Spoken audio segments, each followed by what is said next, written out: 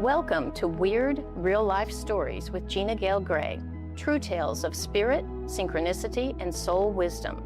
I'm Gina, freedom coach, counselor, and oracle, and this is where the unexplainable finds a voice.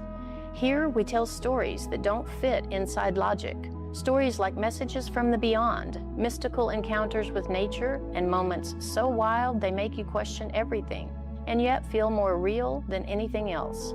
These are the stories that expand your mind, open your heart, and remind you that the invisible threads are always working in your favor. If you've ever felt something, seen something, or just known something others couldn't explain, you're not alone. You're not crazy. You're connected. This is your safe space to trust what you feel, speak what you know, and remember who you truly are. Let's begin. Hello, and welcome to today's show. I'm your host, Gina Gayle Gray, freedom coach, counselor, and oracle. My intention for this show is to open the doorway to the unexplainable, guiding you into that mysterious space where the physical and spiritual worlds meet. And on this show, we don't just talk about ideas. We do what I have started calling sacred storytelling. And stories where the real truth lives. And we're getting away from that, so now we're getting back to that. Not only what we've been told, but what we've actually experienced. That is what sacred storytelling is. If you have experienced it and you can tell the story like Grandpa did, that's sacred storytelling. So your weird experiences and stories are real, just like mine. And I'm asking you to listen, integrate, and share them with me. And I'm going to tell you, it's important who you share them with, because when you share a deep, weird, real life story with someone like Dr. Pat, you never know where the conversation is going to go. And I am thrilled to have Dr. Pat back with me today, because back in December, I had her as my first guest on my first episode of this. And I told her this incredible life story of my own about this beautiful Moth that I'll go over it briefly, just so those of you who have not heard it can have some kind of idea of where we're coming from. Mm-hmm. So in November of 2021, this was 2 years after my son had become spirit himself, this beautiful red Moth appeared in my life, on my wall, in my house. For 3 days and nights, she followed me from room to room. On the third night, she gifted me with a handful of her eggs. And after doing that, after she gave me her eggs, I started getting more and more messages, because I needed to know what in the world was going on. And one of those messages was that those eggs were going to hatch on my son Spencer's birth on Earth Day, which was coming up early in December, which was 12 days in the 12th month. So there's all of this incredible. Dr. Pat, thank you for coming back on my show. You took the conversation in places I still haven't come back from.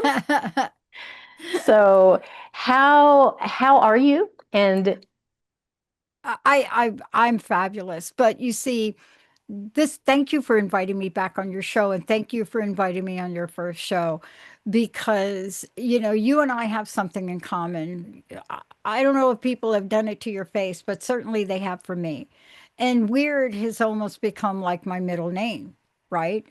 When I was younger, I revered in it. I loved it. I loved being that. Okay, how did you think of that? But in the corporate world, it followed me around. But this show is to talk about the miracle in this. Now, first of all, if people don't understand the impact, there's an impact to what that beautiful, beautiful, beautiful thing that happened to you. There's an impact that touches the soul. And you brought that soul opening so that those eggs could be delivered to you. And this is a continuation, so people can hear 12 days, a rare Moth, let's just be very clear, wanders into your space and does something that we don't hear is done that often. So part of the questions were the synchronicity in 12 days, 12 months. Um, but something, it didn't stop there. See, this is the thing. It didn't stop there. The story deepens because it wasn't a one time thing. The moth came back, didn't it? Yes. Yes. How in the world do you explain that one? Exactly, because so many people will just dismiss if you share something amazing and weird that happens to you. Who you tell becomes really important because not everyone in the world is a great listener like you are. And great listeners know how to ask questions, and it's because they're interested, and it's because they're curious, and because they want to know more, and because they're not numbed out by the things, the fake things that have been fed to everybody. They really understand, and this is something important for us all to remember how to do. This happens with people who have their spiritual gifts activated very, very young.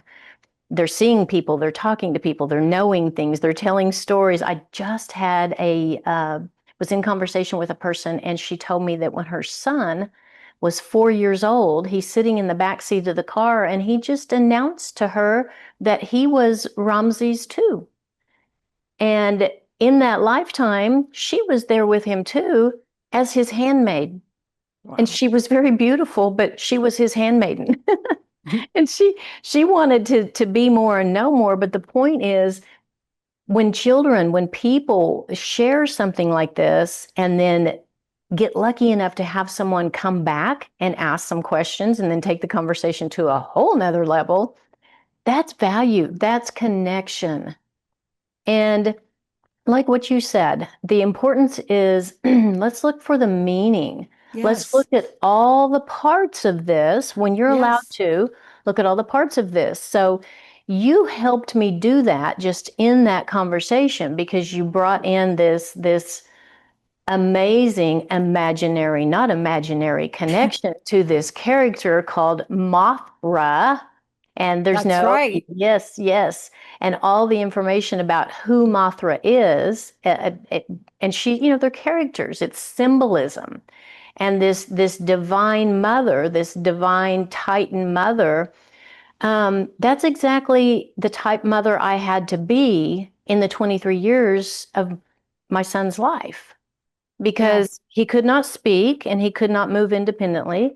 So I was that Titan Mothra mother that interpreted all of his needs. He had a great life. He accomplished everything that he wanted to accomplish in his lifetime and more, which is why knowing so much about my connection with him on a soul level, well, that was going on when he was here.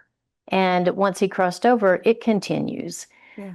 Like all of our connections with people, you and I are very connected on the soul level, and we don't In live on. ways that we don't have time to explain, but Yeah, we do get each other, right? yeah, and we're not even on the same coast anymore, No, right? that's right. It doesn't It's matter, or right. the same country. It doesn't. But you know what Yeah, you shared? Let me just tell you, I don't know if I said this to you last time, but Mothra is a main character in today's world of Titans, right? And you all can go look up all the whole Monarch stuff or the new Godzilla and King Kong. You can look them up in contemporary times. But the thing that both older vision of mine, and so the older version, Mothra related to two young Asian girls. They sang to her. You understand this communication was not verbal. Do you see what I'm saying? Yes, they sang, but it wasn't the song. And moving forward in the latest versions of the movie, there's another young woman who communicates. She doesn't speak. She doesn't speak. She's in she doesn't speak, but she does speak. So the question really is, when we get these special gifts, what are they telling us? yeah. And you, so what you just said, that Yes, was ma'am. one of the truth holes that you sent me down into with your questioning in the first episode. So I became curious about that and the song. So I looked up, I researched the Song of Mothra. And what you just said, I went deeper into it. And that Song of Mothra was calling her in, calling her to remember her own divinity and the fact that she was needed, she was called in to be the protector.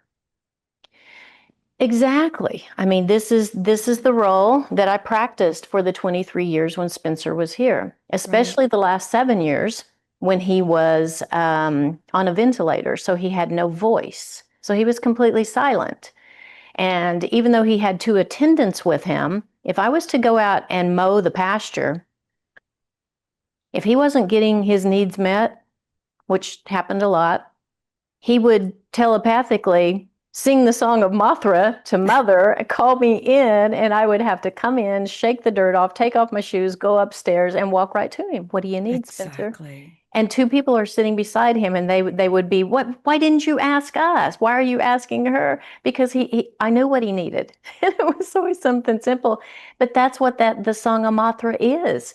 Reading that, and knowing that we have these connections. We have these connections on the spirit side. It may be an angel, it may be an alien, it may be an ancestor, it may be an animal.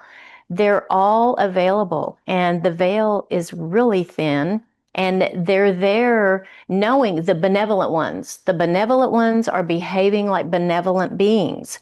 And they will stay out on the edge and watch and guide and guard and long for a deeper connection with us, but they will not cross the boundary without being called in.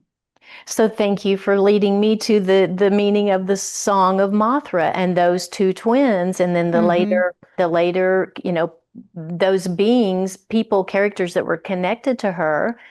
It's all part of the really difficult questions that you asked me that I had to spend. It's been almost 6 months now, so I've had to spend Yeah. 6 months trying to answer the the questions that you brought up, and I'm so grateful that you did that. You took my story seriously, and you engaged in my story and showed interest. And this is what I want to Yeah. do with you and others. Um, so what I never got to do was let everybody know that the story did continue, because that year, those questions you asked me, what was going on in my life? What was I Right. coming home to? That was your first question, very important. What was I coming home to with myself? Because that moth was a homecoming. And the answer to that question is I was taking my own journey back to me, and I then was creating that as a 40-day online program for my clients. I And remember. I've been doing that with clients ever since. So that there's so much symbolism in that. It's a journey. The journey through grief is a journey. And it has ups and it has downs and it has spin arounds and it has darkness and it has light, and it has when finding the connection, and I'm talking about the connection, the remembering of the connection to the soul of the other that has crossed over. That's magic. That's healing. That's the medicine that will heal. So that Yeah. was my coming home. And it's a work in progress. Okay. For sure. So a year later, part of my repairing my life and changing my life and moving, big part of that was moving a very far away place, moving to the other side of Mexico, which I did not see happening. I went from Texas to the east side of Mexico over to the west side of Mexico. Mm. So I'm here a year later on the west coast of Mexico, even farther away from where that moth is known to be. And I'm right here on this balcony, sitting outside one evening in the 12th month of the year, in December, right before Spencer's birthday.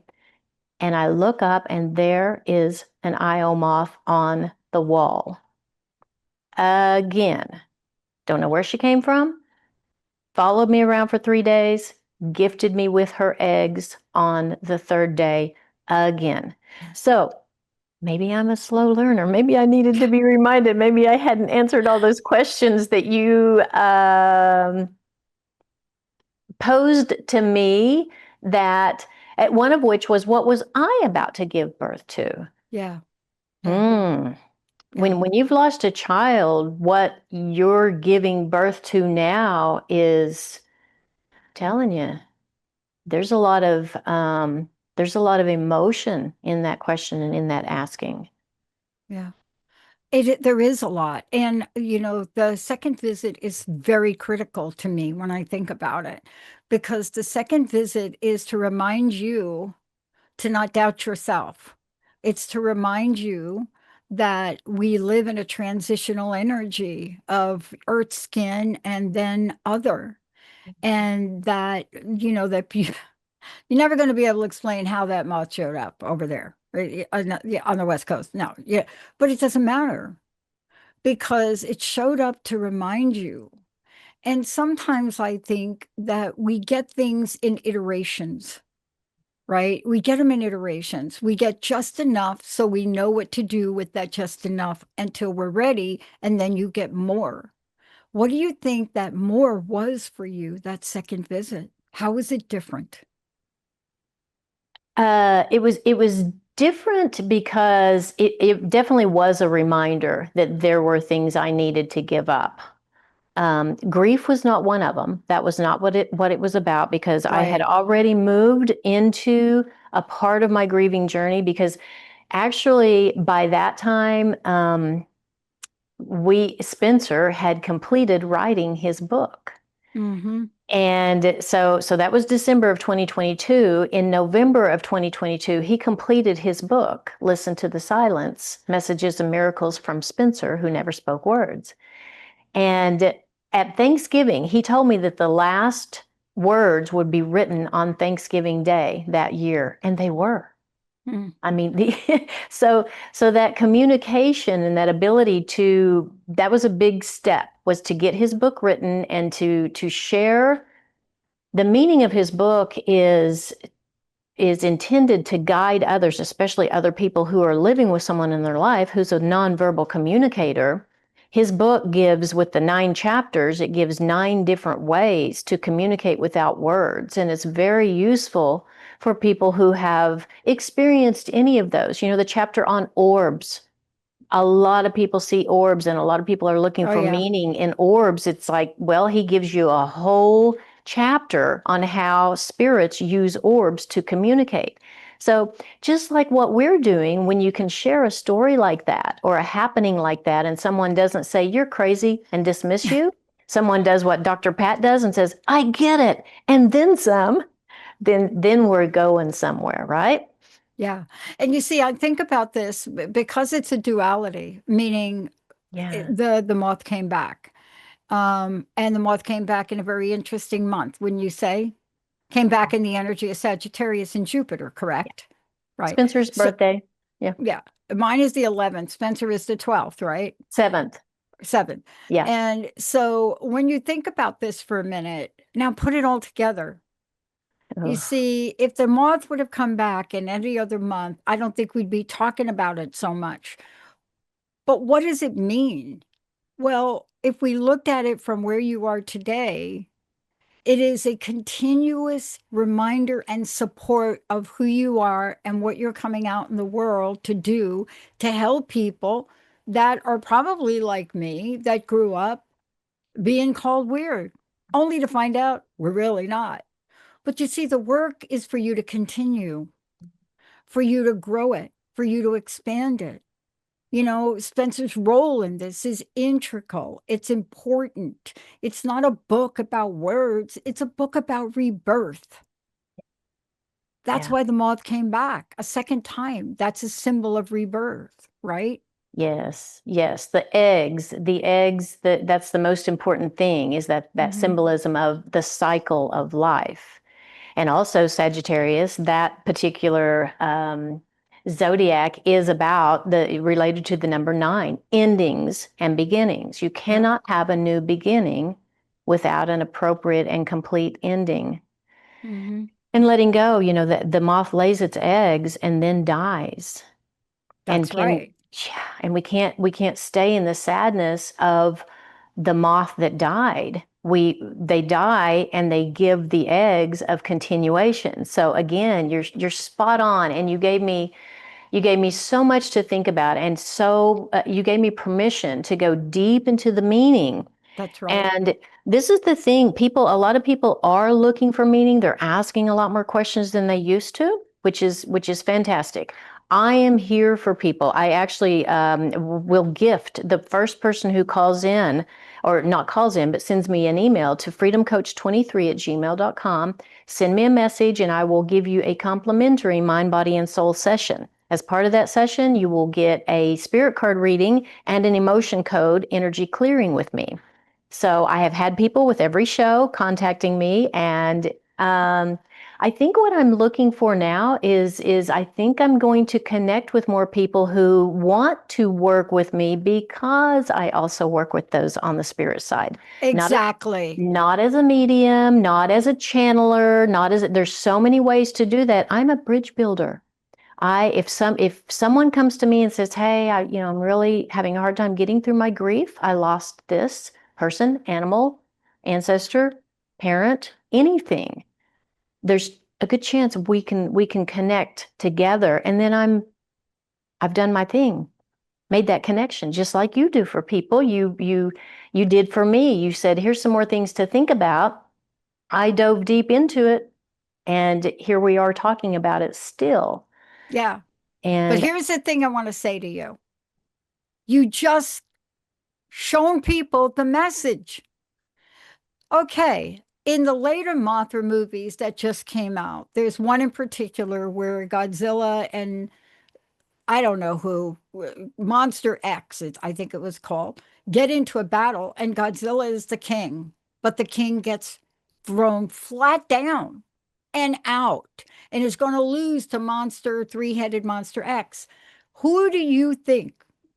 Stick with this now for yourself, because this is you. Who do you think comes in, spreads her wings, more powerful than any of them, and recharges Godzilla? Mothra. And so this is you now, recharging the earth. You're being called in. The message of the moth. The moths are in prophecies and everywhere, Gina. And now what you just said, you pivoting your work and see what you just declared. That's the song of Mothra, what you just said. thank you for that. You are brilliant. You are brilliant and open, and I know it comes from your heart, and that's what we must do. So many people want to find meaning in things. We can both say, right? You find the meaning by get out of the head, get into the heart. So anybody listening, you have stories, or you want some more, you want to ask more questions about our stories. I want to have Dr. Pat back because she wants to get into another really fantastic story that we didn't get to today. But will you come back so that we can have? I'd love to. Yeah. I'd love to, because weird is the future. For those people that have lived a life of being shut down because they've been called weird or whatever the word is, you say, I love what you talk about because you're owning it. And what we're saying is, if it wasn't for all of those people that were labeled weird, thousands and thousands, the first person that ever created fire was looked at like, what are you, like crazy? Okay, we wouldn't be here. I did a show the other day with Dr. Mickey because I am so out of the box about Mila J, who starred in all the Resident Evil movies, who created a version of memory for AI. See, the most unlikely person. This is a year to create, and you just nailed it for yourself. I can't wait to see where you go. Thank you so much. And I think you and I are going to be the weird way showers. I think How you're about that? right. We can get t-shirts. I would love that. You know, I would just love that because invention, creativity has always been called weird. And if you think for 1 minute Einstein did not chime in to that which we cannot see, please think again, people. Absolutely. Absolutely. Well, thank you so much. And thank you to everybody listening today. And we will see you in a couple of weeks on the next episode of Weird Real Life Stories. Thank you. Bye-bye. Bye, everyone. Thank you for walking through the mystery with me on Weird Real Life Stories. I hope today's story stirred something sacred in you, something that reminds you your experiences matter, even the ones you can't explain. If your soul whispered yes at any point, share this episode with someone who needs to hear it. And be sure to tune in every first and third Wednesday at noon Pacific on Transformation Talk Radio for more true tales of spirit, synchronicity, and soul wisdom. To explore my holistic coaching, retreats, or tools for healing mind, body, and soul, visit anywheremindbodysoul.com. And if you're ready to go even deeper, my channeled book with my son Spencer, Listen to the Silence, Messages and Miracles from Spencer Who Never Spoke Words, is waiting for you at listentothesilence.org. You're not crazy, you're connected, and the story is just beginning.